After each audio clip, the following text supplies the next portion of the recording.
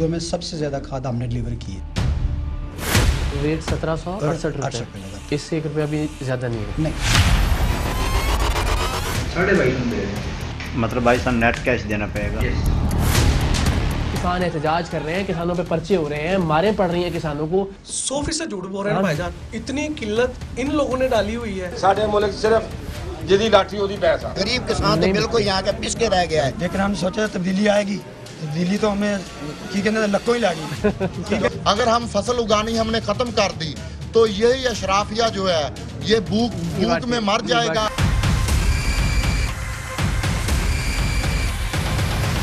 ਕੰਮ ਇਸ ਗਵਰਨਮੈਂਟ ਨੇ ਬਹੁਤ ਚੰਗਾ ਕੀਤਾ ਜੀ। ਅੱਗੇ ਵਿੱਚ ਬੰਦੇ ਪਾਣੇ ਪੈਂਦੇ ਸੀ ਕੰਮ ਕਰਾਉਣ ਵਾਸਤੇ, ਹੁਣ ਤਾਂ ਕੰਮ ਜਨਾਬ ਸਿੱਧਾ ਉਹਨੇ ਕਿਹਾ ਸਿੱਧਾ ਤੁਰੇ ਆਓ ਤੇ ਸਿੱਧੇ ਤੁਰੇ ਜਾਓ। ਇਹ ਮੈਂ ਕਹਿੰਦਾ ਇਹ ਇਮਰਾਨ ਖਾਨ ਦੀ ਬਹੁਤ ਮਿਹਰਬਾਨੀ ਆ। पंजाब के दीगर इलाकों की तरह चनियोट के अंदर जो है वो खाद का जो है यूरिया खाद का बहरान जारी है। यहाँ पे काश्तकार आए रोज़ एहतजाज करते नज़र आते हैं।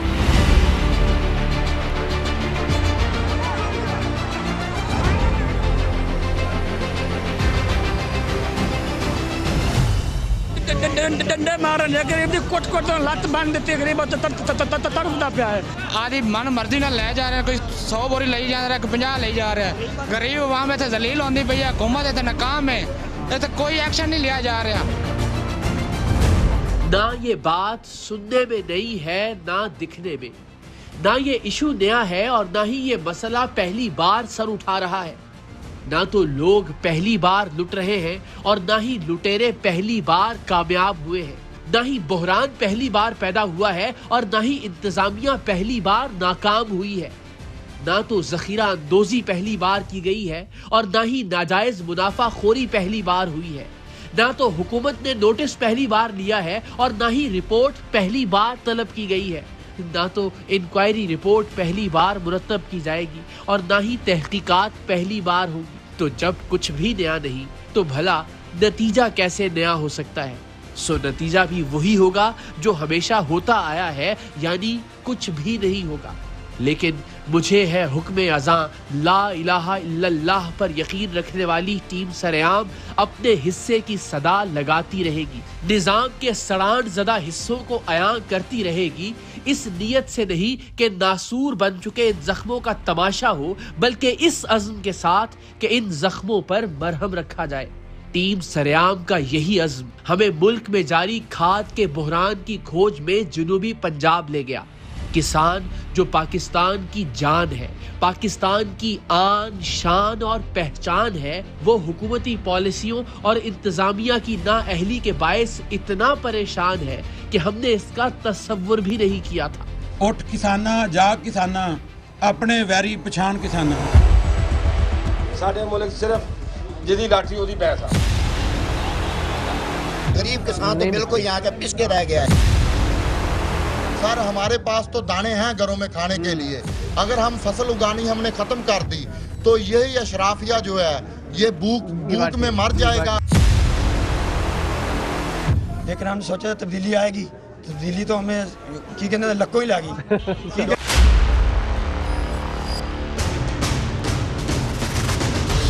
बहुत फख्र के साथ एक ज़रई मुल्क होने के दावेदार वतन अजीज में सबसे अहम फसल यानी गंदम की बवाई के लिए यूरिया खाद नापैद हो गई है। गुज़श्ता कई दिनों से पाकिस्तान के टीवी चैनल्स और अखबारात खाद के बहरान की शह सुर्खियों से भरे पड़े हैं। किसान कभी यूरिया खाद के लिए लाइनों में लगकर धक्के खाता है, लाइन में लगकर भी खाद ना मिले तो एहतजाज करके पुलिस के डंडे खाता है, लेकिन धक्के और डंडे खाकर भी पूरे मुल्क को खिलाता है। आज इस मुल्क का जफाकश किसान सिर्फ 1 साल अपने हिस्से की गंदम उगाने पर इक्तफा कर ले तो इस मुल्क की अशराफिया गंदम के एक एक दाने को तरस कर रह जाए। आप आज का प्रोग्राम देखेंगे तो आपको अंदाजा होगा कि ज़राअत के जिस शोबे के हम गुन गाते हैं, जिस किसान की शान में हम कसीदे पढ़ते नहीं थकते, उसे इस हुकूमत ने किस तरह बेयारो मददगार छोड़ दिया है और कैसे खाद माफिया ने इस बरस इस सफाई से अरबों खरबों रुपए का चूना लगाया है कि जब तक इंतजामिया या हुकूमत संभलती तब तक जिनकी तिजोरियां भरनी थी भरी जा चुकी। सवाल ये है